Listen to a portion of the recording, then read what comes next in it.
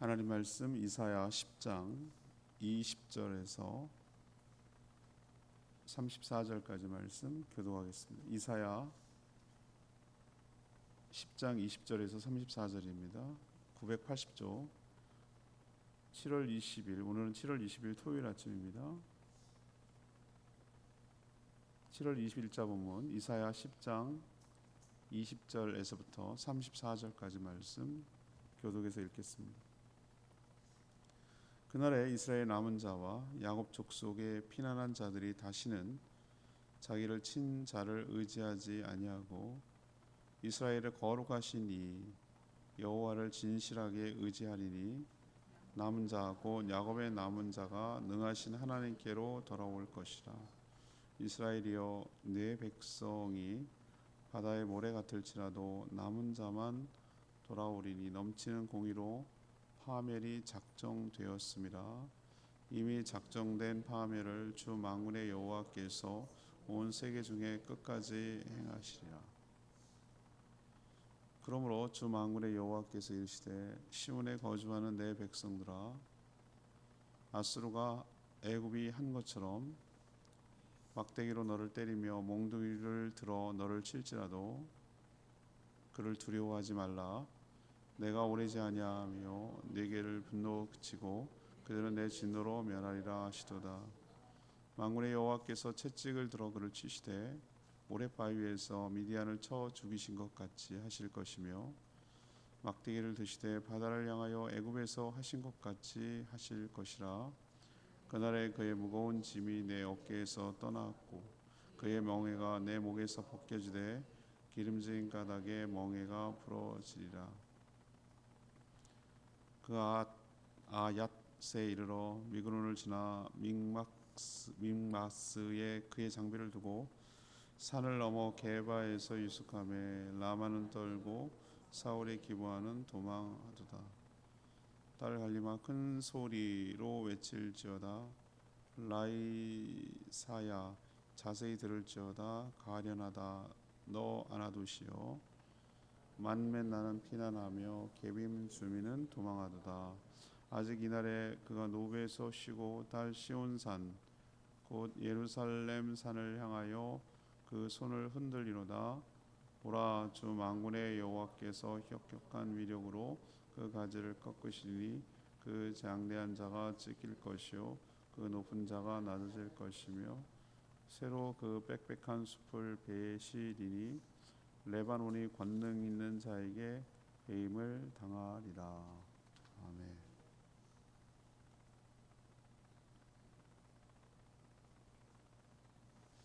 하나님은 오늘 말씀을 통해 어떤 과정을 통해 유다를 구원하시는지를 이게 쭉 설명하고 있습니다.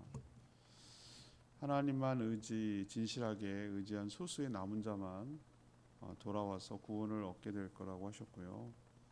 아수르가 강력하게 침략을 해도 두려워하지 말라고 말씀하십니다.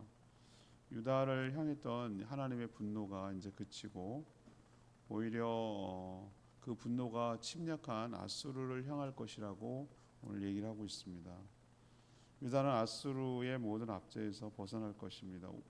그 근거는 하나님이 유다를 침략한 아수르를 내리치실 것이기 때문에 그렇게 말씀하시는 것이죠. 오늘의 키워드는요, 구원이고요. 오늘 중심 질문은 하나님의 구원은 어떻게 진행됩니까? 하나님의 구원은 어떻게 진행됩니까? 이것이 오늘 질문이 되겠습니다. 첫 번째 대답은 20절부터 23절까지 말씀인데요. 남은 자들만 돌아와 구원을 얻게 된다는 것이죠. 남은 자들만 돌아와서 구원을 얻게 된다. 그날은 그날이라고 말하는 자주 표현되는 20절에도 나오고 자주 등장하는 그날인데요. 디데이죠, 디데이. 그날 하나님이 정한 특정의 날을 말하는 것인데 이 그날은 언젠지는 모르나 하나님이 심판하시는 날인 것과 동시에 아이러니하게도 이건 또한 한편 어느 측면에서 보면 구원의 날이기도 합니다. 왜 그런가? 하나님이 정한 이 그날이 올 때 남은 자들, 남은 자들이 주님께로 돌아와서 구원을 얻게 될 것이기 때문에 구원의 날이라고도 할 수가 있는 것이죠. 그럼 여기서 남은 자가 중요한데요. 남은 자가 누구냐? 여러 환난 가운데도 정말 운이 좋게 용케도 살아남은 자를 말하는 것인가? 우리도 왜 사건 사고 보면은 뭐 이태원 참사도 있고 오송 참사도 있고 수많은 나라의 재난들이 많이 있잖아요. 다 같이 현장에 있었어도 누구는 살고 누구는 죽는단 말이죠. 아 그래 정말 운이 억세게 좋구나. 세상 사람은 그렇게 얘기를 하는 것이죠. 그런 측면에서 이게 남은 자냐? 그게 아니에요. 그런 식의 운이 좋고 뭐 그래서 남은 자가 아니고 다수가 하나님을 버리고 육신의 눈에 보이는 강대국 아수르를 의지하려고 할 때 그런 게 대세고 그것이 세상의 민심이고 인심이고 거대한 흐름인데 그런 거에 동조하지 않고 끝까지 사람이 아닌 하나님만 의지하고 신앙을 지켜낸 소수라는 측면에서 남은 자예요. 그게 남은 자예요. 우리도 엄청난 거목이 잘려 나가는 걸 보잖아요. 제가 그때 말씀드렸지 비자린 가면은 입구에 그 나이테만 보면은 적어도 몇십년 몇백 년을 됐겠어요.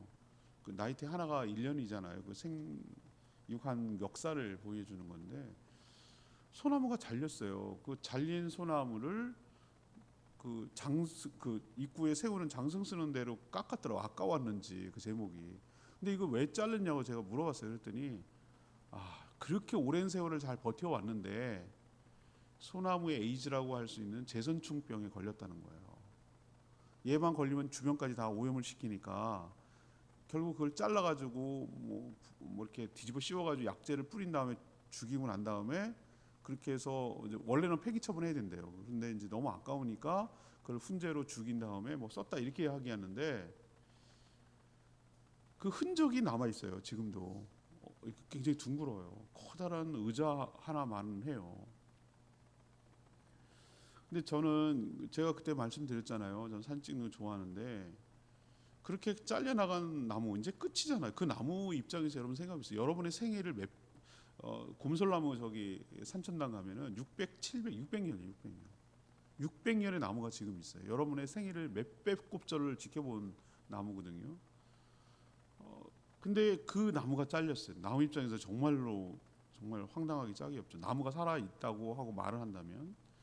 근데 그렇게 잘려나간 나무에도 제가 사진도 작가의 정신이 들어가 있다고 하는데 그 밑둥치가 다 잘렸으면 끝났을 거라고 판단되는데 그 잘린 밑둥치 옆구리에서 조그맣게 가지가 나와서 이렇게 새싹이 올라오는 거예요. 그 장면.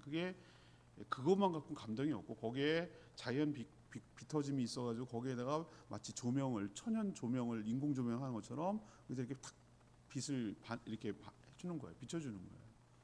그리고 초록색 햇볕이 너무 선명하게 그 그물망까지 보이는 것을 클로즈업 해가지고 찍었죠. 찍으면 뭐라고 거기다 붙이는 게 중요하거든요. 작가가 뭘 의도했는지. 희망이에요.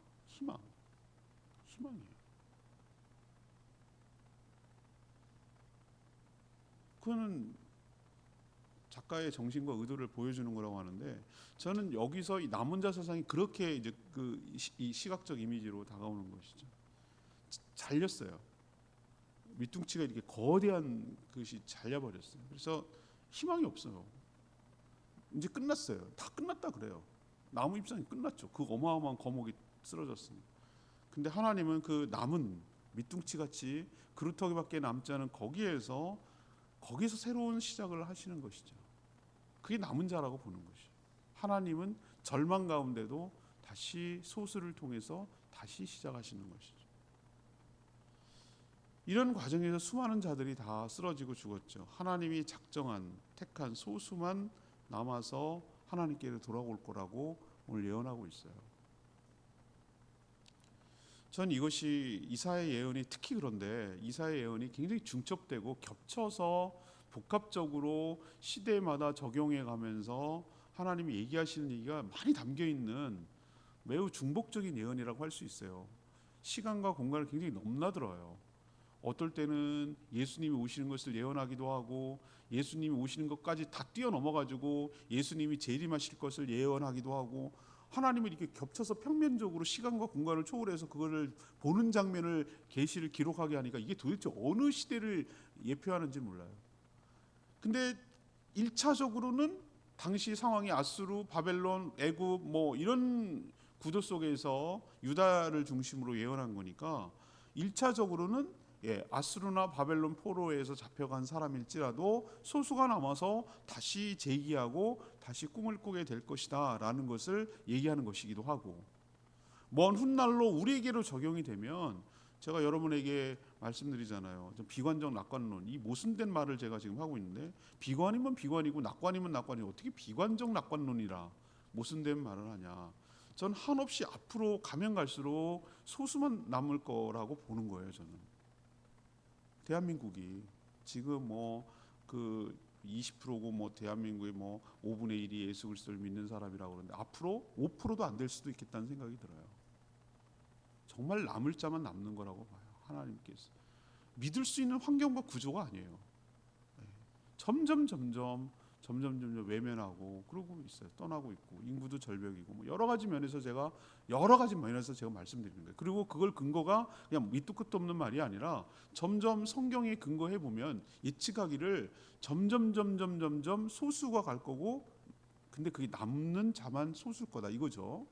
근데 하나님은 그런 환난과 핍박을 거치면서 그 남은 소수, 채를 걸고 정금같이 채를 걸고 불순물을 다 제거하고 그렇게 아주 정말 엑기스만 남은 불순물이 하나도 없는 정금 같은 그런 소수를 남겨서 그것을 통해서 다시 구원의 역사를 펼쳐간다는 측면에서 낙관론이고, 점점 거품이 빠지고 이런다는 측면에서는 비관이고, 그것이 오늘 말씀을 통해서도 다시 보여주는 것인데, 우리가 절망하거나 낭망하지 않을 것은 이런 환난과 핍박과 밑둥치가만 남은 것 같은 거대한 폭풍 같은 환난이 올지라도 하나님은 소수의 남은 자를 통해서 구원해내시고 그 자를 통해서 하나님의 역사를 펼치며 구원을 완성시켜 나가실 줄로 믿습니다.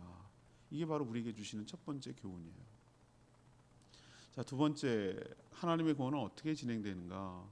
24절부터 27절까지 두 번째 문단입니다. 하나님의 분노의 대상이 바뀔 것이다. 이것이 오늘 두 번째 주시는 교훈이에요. 소수가 남은 자가 구원을 받는 것에는 그 이유는 하나님의 분노하시는 대상이 바뀌었기 때문에 그게 가능한 것이었어요. 처음에는 하나님은 불순종함으로 거역한 유다를 향해서 분노하셨어요. 하나님 믿는 자를 향해서 분노하셨다는 거예요. 그래서 아수르라는 그 심판의, 그러니까 징계의 도구를 사용하셔서 유다를 내리치셨어요. 혼내는 거죠. 하지만 이 자신들이 탁월해서 세상을 정복하는 것이라고 그렇게 착각하고 교만했던 이 아수르, 이 도구로 썼던 아수르, 어제 제가 도끼와 톱에 불과하다고 말씀드렸잖아요. 도끼를 휘두르는 사람한테 내가 잘해서 그렇다고 말할 수 없다고 말씀드렸잖아요. 하나님의 도구로 쓰는 아수르가 잘나서 그런 게 아니라 하나님께서 그렇게 쓰신다는 거잖아요. 하나님의 위대함인데 이 어리석은 인간은 아수르같이 특히 자기가 잘나서 거대 제국을 이루는 줄로 안단 말이에요.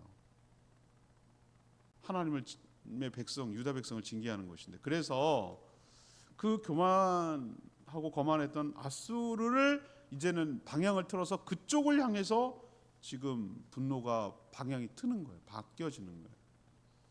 그러니까 유다를 향한 분노가 그치고 또 그 분노가 아수르를 향하자 상황이 완전히 달라졌어요. 유다 입장에서는 구원의 은혜를 입게 된 것이죠. 아수르가 아무리 강해도 하나님이 내리치셔서 압제를 받던 유다가 해방될 것이라고 오늘 이 두 번째 문단은 이야기를 하고 있어요. 그러니 오늘 24절 말씀처럼 침략해 오는 아수르를 뭐하지 마라, 더 이상 두려워하지 말라라고 말씀하시는 근거가 하나님이 그 방향을 이제는 글로 틀었기 때문에, 그래서 하나님이 그들을 내리치시면 아수르가 유다를 향해서 압박해서 힘들게 했던 모든 무거운 조공 갖다 바쳐야 되는 금은 금, 은, 보화 여러 가지 것들을 요구했거든요. 그리고 압제 포로로 끌려가고 이런 여러 가지 압제로부터 떠나고 그게 멍에가 벗겨지듯이 벗겨진다고 그랬어요. 그리고 해방될 것을 믿고 기대하라고 유다 백성에게 이사야가 얘기를 하고 있습니다. 오늘 두 번째 우리에게 주시는 교훈을 적용하면 어떻습니까? 때로는 우리도 하나님이 잘못하면 정신 차리라고 징계할 때가 있어요. 신약에 넘어오면 그런 표현 쓰잖아요. 하나님이 자기 아들, 사람도 자기 아들을 사랑하기 때문에 징계를 하는데 하나님이 너희를 향해서 징계한다는 얘기는 너희가 자녀로 생각하기 때문이다. 전혀 관계없고 아무런 것이 없으면 되든 잘못되든 망하든 잘못된 길로 가든 어떻게 되든 아무런 얘기하지 않잖냐. 어디서 막 뛸 때 뛰지 마라고 말하는 건 엄마예요. 엄마. 그 아이의 엄마라고요. 옆집 아줌마는 얘기 안 해요. 뛰든 말든 어머 이렇게 얘기는 해도 그렇게 얘기 안 해요. 하나님이 우리의 아버지 되시니까 우리에 대해서 이렇게 저렇게 징계도 하시고 야단도 치시는 거예요. 근데 그걸 잘 구분해야 돼요.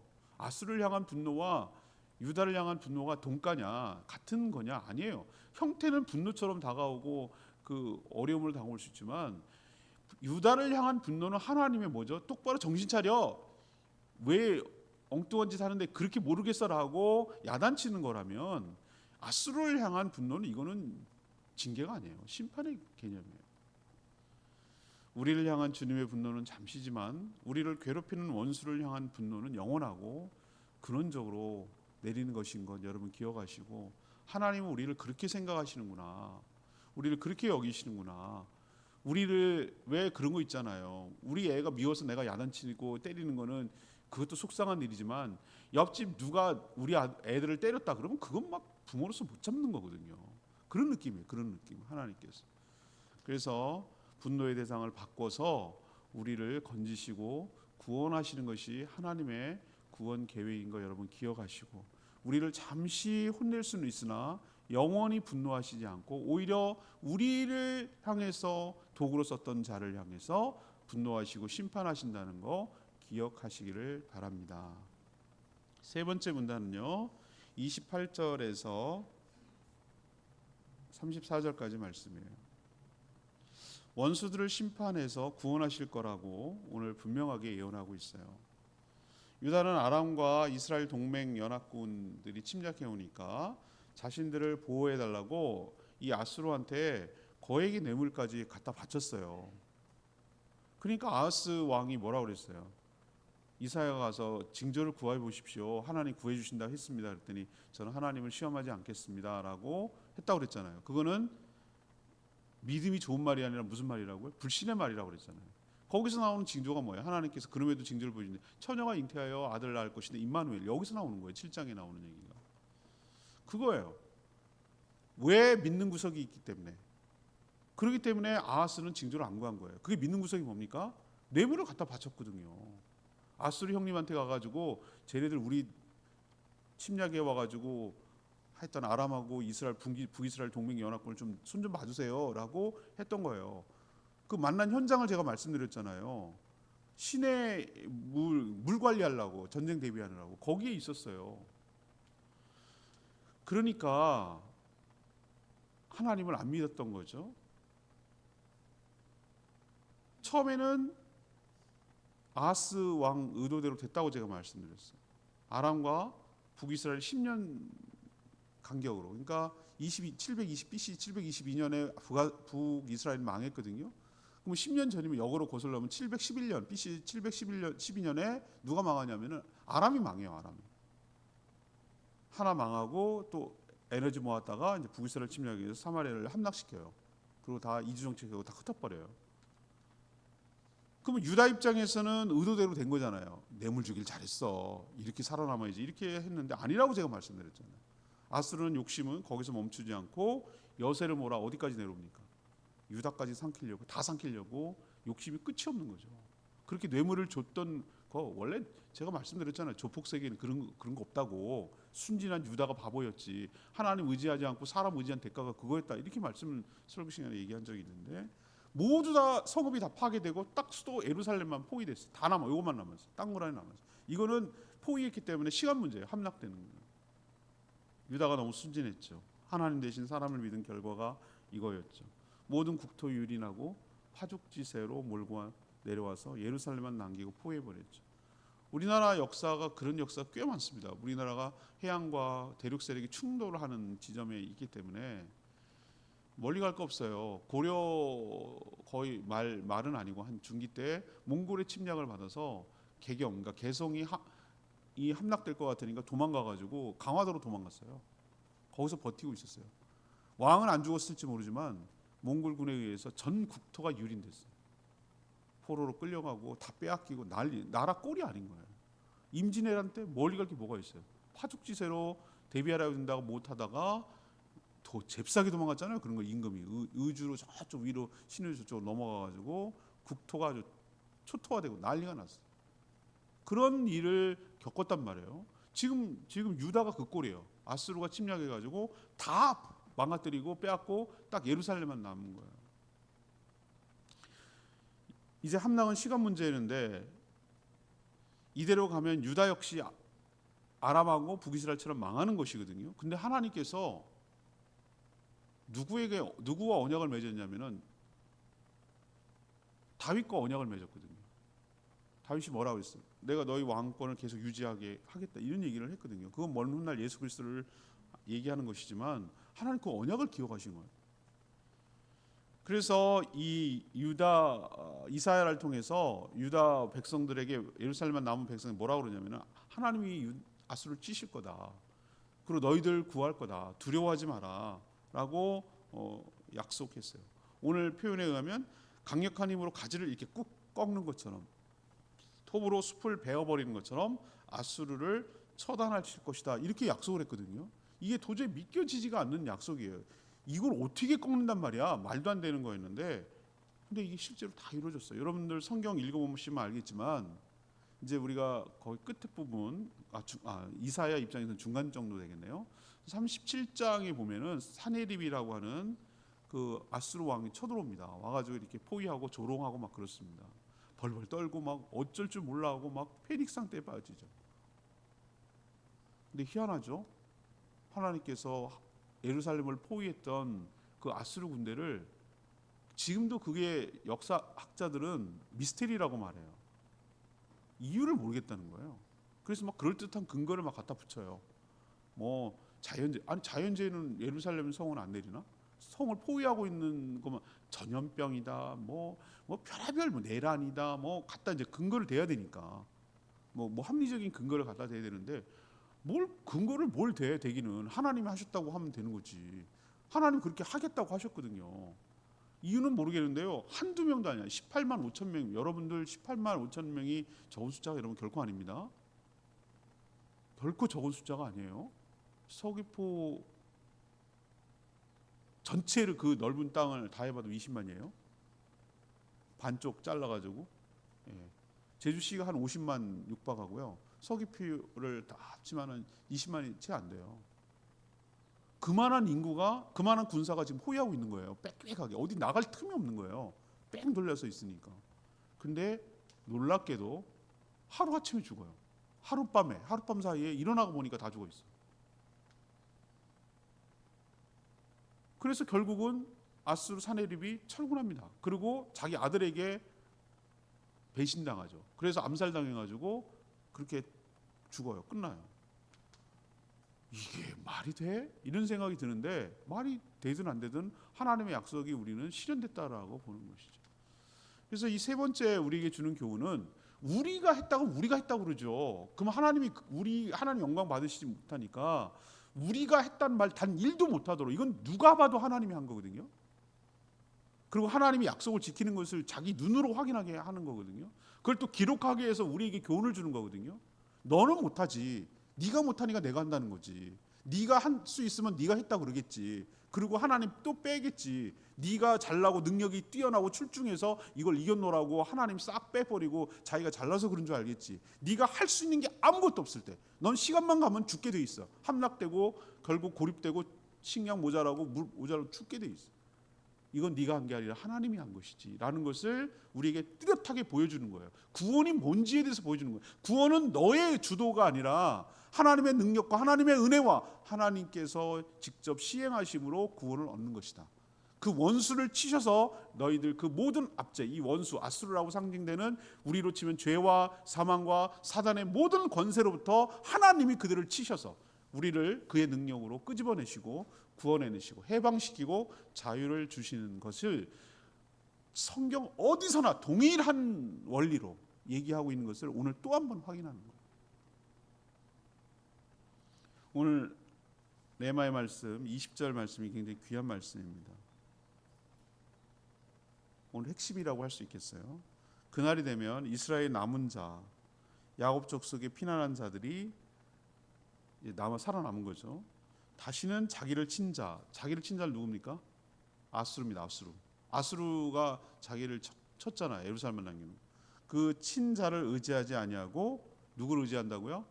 이스라엘의 거룩하신 이 여호와를 진실하게 뭐하리니? 의지하리니. 우리는 이 갑질을 하고 나서야 믿을 게 하나도 없구나.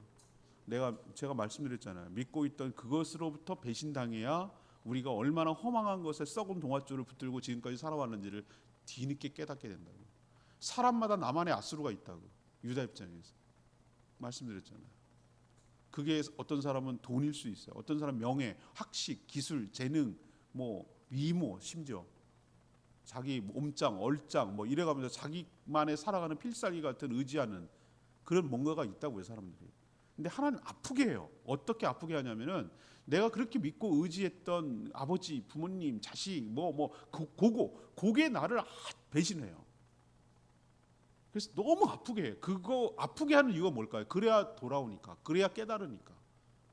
그리고 내가 그렇게 의지했던 그것이 얼마나 허망한가, 그것이 얼마나 나를 배신하는가, 그걸 내가 믿었던 내가 바보지, 내가 그걸 붙들고 있었다고 이러면서 이제 깊은 깨달음과 교훈을 얻는 거예요. 이 교훈, 하나님 외에 다른 것을 의지했을 때 이런 처참한 결과가 온다는 걸 깨닫고 이제는 다시는 그런 것에 의지하지 않고 신실하신 거룩하신 그 하나님만을 의지하도록 하려는 것이 하나님의 진짜 의도예요. 우리를 막 괴롭히고 힘들게 하고 못 살게 하는 게 의도가 아니라 교훈을 주려니, 깨닫게, 아주 몸서리 쳐지게 몸으로 기억하는 각인을 시키려고. 우리가 왜 진짜 힘들고 어려운 일이 있을 때 뼛속에 새긴다 그래요. 뼛속에 새긴다. 아니, 우리 어떻게 뼛속에 새기겠어요? 그건 뭐냐면 내가 절대 잊어버리지 못할 인생의 교훈을 얻게 하겠다 만드는데 하나님 그렇게 지금 하는 거예요. 뼛속에 새기도록. 우리도 이것을 교훈 삼아서 내가 하나님 외에 다른 것 의지하는 것으로부터 된통 당해서 후회하지 말고 미리 깨닫고 하나님만이 나의 신뢰의 대상, 믿음의 대상, 의지의 대상이 되도록 살아가는 저와 여러분 되기를 소망합니다. 오늘 질문이 뭐라고 그랬죠? 하나님의 구원은 어떻게 진행되는가? 이것이 오늘 질문이었고요. 유다의 구원, 아수르를 향한 첫 번째는 누구만 구원한다고요? 다 아니에요. 다. 그냥 집단적으로 하지 않아요. 하나님은 개별적이고 소수예요. 그게 남은 자가 주님께로 돌아오는 거예요. 그래서 구원을 얻게 하는 방식을 취하고, 그 다음에 분노의 대상이 징계를 우리를 했지만 이제 징계가 아니라 누구를 향해서? 원수를 향한 심판의 분노로 바뀌어서 우리를 끄집어내시고, 세 번째는 뭡니까? 우리를 압박하고 우리를 쪼이던 그 원수들을 하나님의 능력으로, 우리가 개입한 건 하나도 없어요. 한 게 하나도 없다고. 일도 없어요. 일도. 그냥 하나님의 능력으로 원수들을 심판하셔서 우리를 끄집어내시고 자유와 해방을 주심으로 구원하여 주실 줄 믿습니다. 우리가 그렇게 될 거라는 거죠. 오늘 말씀 붙들고 기도하기 전에 찬양집 343장 부르고 기도하겠습니다.